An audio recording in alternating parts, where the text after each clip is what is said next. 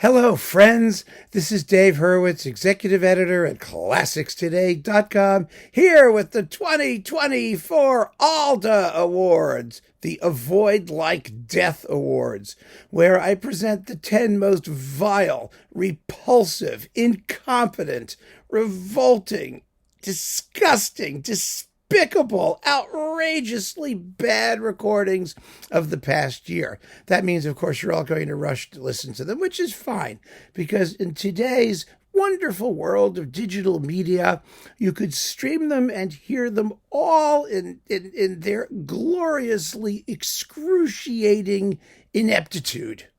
That's the goal. Anyway, let's get started, shall we? Now, as you know, the ALDA Awards are divided into 4 honorary scarves. And we begin with the scarf, the white scarf of Irredeemable Chutzpah, which I happen to have right here. Some of these pop up during the year, occasionally, but I really do like to save them. I really do. I mean, this one is actually, it looks a little bit like a tallis, doesn't it? There's a certain sacramental quality to this annual ritual. There's even a blessing. Baruch atah Adonai Eloheinu melech haolam borei peri ha-chutzpah. Yes, amen. And here we begin. Number 1, Stravinsky, Petrushka, with Klaus Mäkelä. Oh my God, was that horrible. The Orchestre de Paris. I mean, a piece that ought to be unkillable because Stravinsky famously designed his music to be played just the way he wrote it so that you can't possibly mess it up. Well, here's a newsflash. Mr. Mäkelä, with all of his youthful verve, messed it up. Maybe he did this in the wake of his breakup with Yuja Wang, and he was depressed. Anyway, the whole performance is as flat-footed as they come.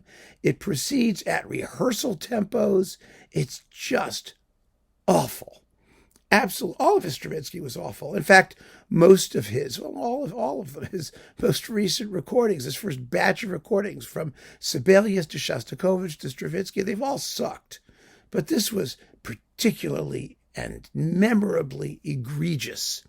Really, really bad. So that's number 1 for the white scarf of Irredeemable Chutzpah. I mean, it really takes some nerve to do this and do it so poorly. Next, speaking of chutzpah, Tchaikovsky Symphonies 5 and 6 with the Orchestra Della Svizzera Italiana under Bruckner guy Markus Poschner. Now, Markus Poschner is not just a Bruckner guy. He's made other recordings for Capriccio. Some of them have been quite good. But this Tchaikovsky 5 and 6 is just awful.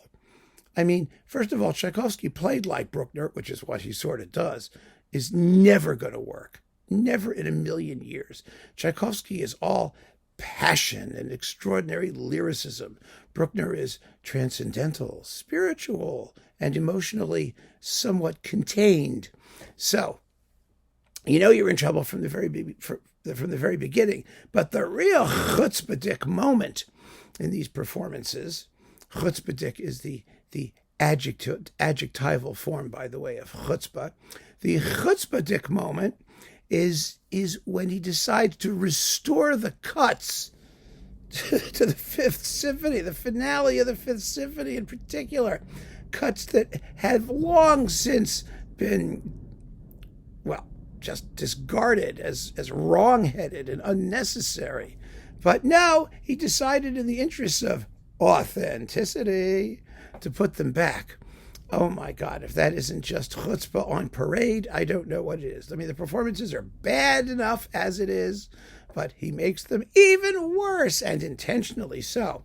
That's an achievement.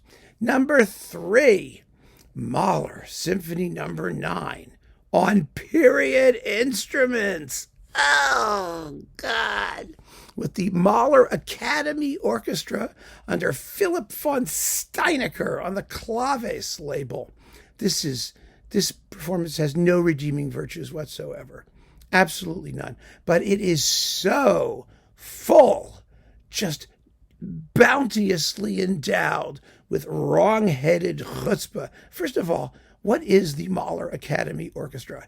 It's a pickup ensemble, and it sounds like a pickup ensemble, presumably of professionals. I would tend to question that qualification. And they take all of the strictures of the Baroque people, and they apply it to Mahler. And what makes this one of the most completely chutzpah versions of anything ever recorded is the fact that we have Mahler Ninths from the people who premiered the Mahler Ninth, who were there. We have Bruno Walter's Mahler Ninth, 2 of them, no less. And he's the guy who conducted the premiere and edited it for performance. You think he would know whether or not the strings play with vibrato? You think? Really? And we have Klemperer, who was there, at the same time, who was a disciple of Mahler. I mean, it's not like we don't know how this music is supposed to go. Really? I mean, we know. And so what do these people have to teach us? Zippo. We have the Vienna Philharmonic, which uses the same instruments that they used at the time that Mahler was there conducting them. It's wrong-headed in so many ways, but also arrogant, incredibly arrogant. It's just a vile, awful performance in every possible respect. And last but not least, for the white scarf of irredeemable chutzpah, well, it's got to be the Christian Thielemann Bruckner cycle, the culmination of the Bruckner year, in horrible sound with loathsome performances, just completely flat and uninteresting and badly balanced, and it's as if everybody is sleepwalking through the music. And it's all the more chutzpah because Thielemann actually has done some decent Bruckner.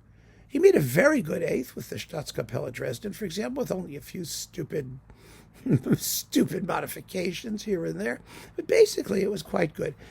He can do it. I just wonder how much of it is him, how much of it is his inability to conduct the stuff. I don't know. I mean, I saw him conduct Die Frau Schaden at the Met. He can conduct.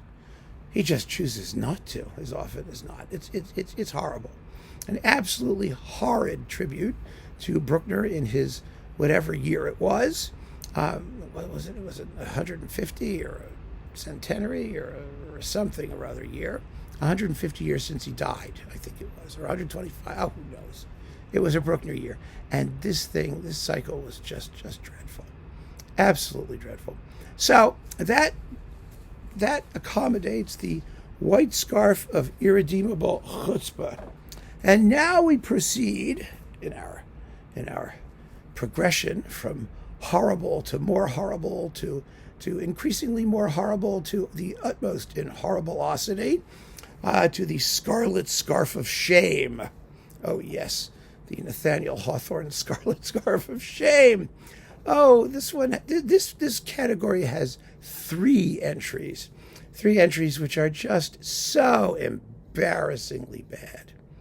Absolutely embarrassing. First, Dvorak Symphony 7 and 9 with overtures with the Czech Philharmonic and Semyon Bychkov on pentatone. And these are all written, in the the description of this video, by the way, so that you can see them all for yourself. It makes life much easier than having to, do all kinds of diddly things. Yes, that pentatone recording. How is it possible? How is it possible in the universe of musical possibilities that the Czech Philharmonic could screw up Dvorak's Symphonies 7, 8, and 9? Works that they could play not even in their sleep. They could play that music in their graves. And I got news for you. Former members of the Czech Philharmonic are spinning in their graves at the dullness and lack of interest in these performances. I mean, this sounds like the kind of music that Bychkov just felt he had an obligation to do because he has the Czech Philharmonic and doesn't really care, actually. I don't think he cares at all. I actually know he doesn't. Let me tell you a story about Bychkov. When Bychkov was young, he had the Orchestre de Paris, and I had to do an interview with him. And I've told this story before, but I've never given names. But this is so bad, and what the hell? Who cares at this point? It was decades and decades and decades ago. So I went to, and it was in New York, and I went to his PR person, where he was graciously giving interviews to the mere peasantry in the press, which I was at that time. And I was annoyed anyway when I got there, because I'm sitting there. I was there on time. I'm always on time. And he's sitting in a room, and the door's partly open. And I can see him sitting there doing absolutely nothing, and he's just keeping me waiting for no reason whatsoever. So finally I got in, and when I did interviews, I tried to ask some somewhat serious questions. And in those days, he was recording for Phillips. He had done that really lousy Shostakovich Fifth from Rostropovich's parts, and with the Berlin Phil that sounded like a pale version of the Rostropovich performance, which apparently it was. But anyway, I got in there and I said to him, you're making these like Berlioz recordings, all this French stuff with the Orchestre de Paris. It's exactly the same stuff, I said, that Daniel Barenboim did when he was with the Orchestra de Paris, only for Deutsche Grammophon. It's the same stuff all over again. I said, so why are you doing that? Do you have any particular feeling for that music? And he was very honest. He said to me, no, I actually don't. That's what they told me I have to do, and I don't give a damn about any of those productions, but you can't say that. Well, I mean, he told me that was off the record, and I respected that. I didn't say that. So there you go. But I knew he didn't care. He just did what they told him to do. And okay, I think that's true of a lot of artists. I really do. I mean, his honesty was actually kind of refreshing, to be truthful. But I couldn't print it. So sort of, Anyway, it was an interesting little chat. And then we get to this thing, where it looks like we still have a bunch of recordings that he's doing because they're telling him to do it, and he doesn't give a damn. At least that's what it sounds like to me, and I'm sure that's what it sounds like to you. So, after that, for the scarlet scarf of shame on you, Maestro Bitchkoff, you've done some good things there. You have. Just do the good stuff. Don't do what you don't feel like doing. Please don't. Just don't, even if it is the Czech Philharmonic. Ravel. Number 6, Daphnis and Chloe, with the Sinfonia of London and the Sinfonia of London chorus under John Wilson on Chandos. Now, John Wilson has made some fabulous recordings. He has. He's done really, really good stuff. I mean, some very nice Copland. He did that English string music series, which was beautiful and had some unusual repertoire. He's done those great Broadway musicals. He does very, very good film music usually and stuff like that. He's very good at that. Who appointed him and his pickup orchestra of non-entities? And I don't care how good individual players may be. As an orchestra, as a corporate thing, they are non-entities. Who appointed them the blockbuster, late romantic, extraordinary orchestral extravaganza guy? He's not. He's hasty. He's glib. They can't play the stuff. The sonics haven't been fabulous. I don't know what is going on with those people. I really don't. But this Daphnis and Chloe was like the worst thing ever. And it got rave reviews, predictably, in the British press from people who never bothered to make any comparisons between this recording and the great existing recordings, or who, having made the comparison, have no idea what they're listening to.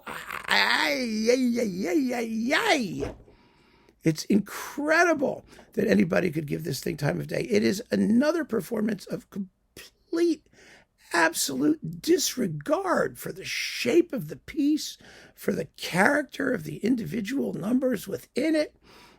It's badly balanced. It's sonically, it's got virtually no redeeming virtues. And yet there was this, and this, let me tell you, this happens all the time. I've seen it. I mean, I've been in this business now for 40 some odd years now. Yes, yeah, really about 40 years now. And I've seen it time and time again. A recording like this comes out, it gets predictable raves. Maybe it will win a gramophone award, win some sort of prize. Who knows? Who cares? People jump up and down and talk about how fabulous it is. And by about now, which is within a year of its release, it will be completely forgotten. Totally forgotten. Everybody will go back to the great recordings, the reference recordings for the work in question. Pierre Monteux, who conducted the premiere, and who made a recording to the London Symphony. You'd think the Brits would be, very well disposed and loath to just displace a classic, but now, what can you do? It's dead British versus live British. Anyway, but there was the Monteux, there's the Munch, there's the Dutoit. They're fabulous recordings of Ozawa. Wonderful, wonderful recordings of Daphnis and Chloe. Just many, many, and they sound fabulous, and they still sound fabulous, and there is no reason to pay any attention to this embarrassing effort by John Wilson. There's no point in it, and it startles me that people pay lip service to it. They pay lip service to it for a million reasons: political, nationalistic, economic, because maybe they're advertising in certain publications. Yuck. Yuck, it's an embarrassment. And last but not least, something that we talked about very recently, very sad actually, the Franck Symphony in D minor with Daniel Barenboim and the Berlin Phil. It's just atrocious, and everybody basically agrees. There were a couple comments about, oh, well, I just heard it. Yes, it's slow and it's terrible, but it's different. Well, I don't buy that. I don't buy that. That's not an excuse for being embarrassingly bad. Yes, something that is embarrassingly bad is going to be different. By definition, it's going to be different. And if your only interest is in listening to something to the extent that it may be different from some other version of the same thing, and that's all you care about, I can't question that. You have every right to do it. But most of us, the vast overwhelming majority of listeners, want to hear great performances of great works, not different performances of great works just because someone woke up on the wrong side of the bed and decided, today we will be different. And it doesn't make any difference, and it doesn't matter whether it's idiomatic, and it doesn't matter whether the music wants it or any of those things. Barenboim is a special case because, as many have pointed out, he is infirm. He sounds like he's infirm. He can barely move. He will not quit. He is an arrogant person. Basically, he's known for that, for being a very, very strong-willed person as well, stubborn. And I think he feels that he's God's gift to the musical world. He's going to keep going till he drops dead. Well, fine. But we don't have to listen to it. And we shouldn't, because it's embarrassing. It's shameful. It is the scarlet scarf of shame. But we already talked about that performance, so we don't have to go into it in any more detail. And now we come to two entries. Hold it. Here we go. It's time for the change of wardrobe. The taupe scarf of turpitude. Whoa, yes. Wait a minute. We're dropping them all here. There we go. The taupe scarf of turpitude. Well, we have two French entries, because after all, turpitude is a moral quality. It means somehow perverse, or, there seems to be a lot of perversity going on in France right now, if you've been reading the news. And this is the musical equivalent thereof. Saint-Saëns, Piano Concerto No. 2, Carnival of the Animals, and other goodies with Lang Lang. Oh, this was bad. This was terrible. This was oily and slimy and grimy, and it was just dreadful. A performance that had no character or spine or effervescence or verve or precision and point and all of the things you like in French music, and the Saint-Saëns piano concertos in particular. And then he had, a bunch of little sniglets on the disc. It was a 2-disc set that had things with like trendy women composers on it. And it was just a garbage heap of stuff. But at the center of it was the Piano Concerto No. 2 in that just dreadful performance. It made you want to take a shower afterwards. It was, ugh. And then the Carnival of the Animals, which you would think is unkillable. Ah, surprise! There's always a way. They will always find. It's like Jurassic Park. Remember that? Nature always finds a way. That's what happened with that one. And then a shock, an absolute shock. The Ravel piano concertos in Falla Nights in the Gardens of Spain with Alexandre Tarot piano and the Orchestre Nationale de France under Louis Langret on Irado. Now, Tarot is a wonderful pianist. He's a wonderful Ravel pianist. What on earth went wrong with this disc? This is one of those discs where I guess they decided they were going to make it, and no matter what happened, they were going to release it.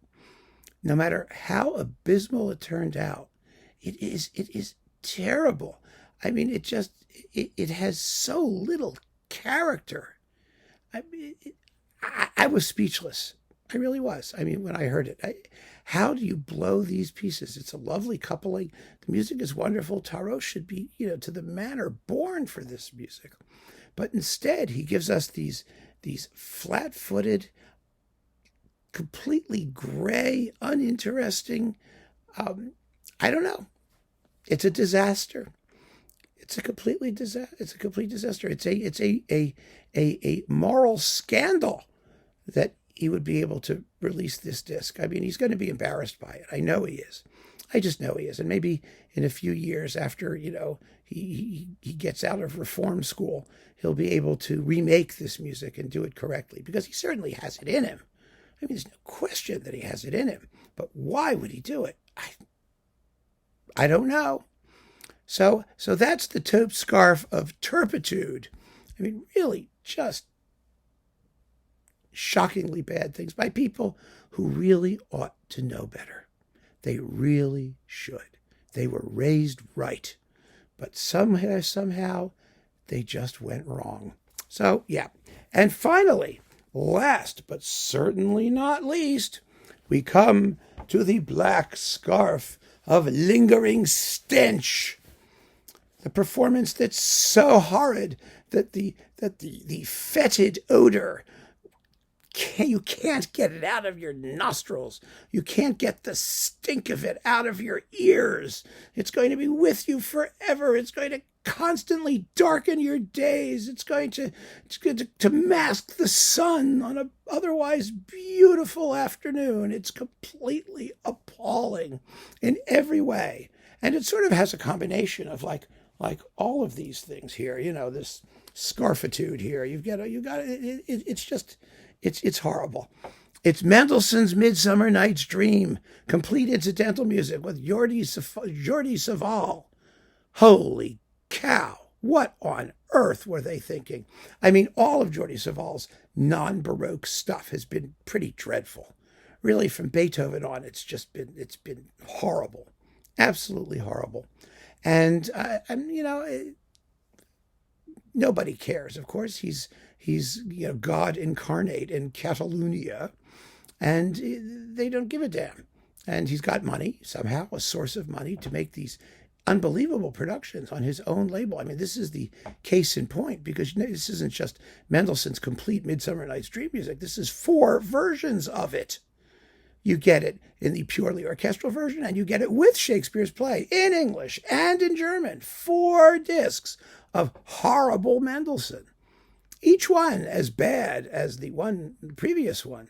It's unbelievable. And you get fabulous essays. It comes with a whole book. I mean, it's a university in a box. It really is. Mendelssohn's scholars jumped on the bandwagon, which is very nice because, it's a beautiful production. But the music sucks. What is the point of doing an entire extravaganza of packaging and presentation if the music sucks? The playing is horrible. this is a pickup ensemble, by the way, the Capella Real de Catalunya or the Capella Nacional or whatever it's called here. Wait a minute. Yeah, it's Le Concert des Nations and La Capella Nacional de Catalunya. Yeah, it's that stuff.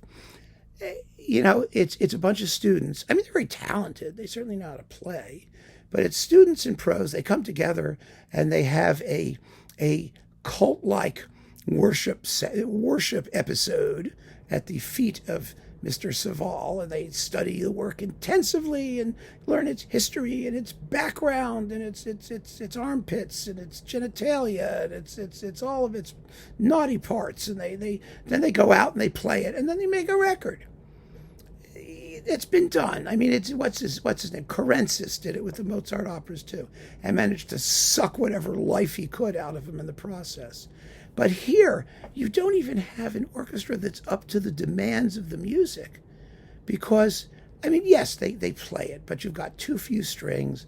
The balances are all wrong. The acoustic is terrible.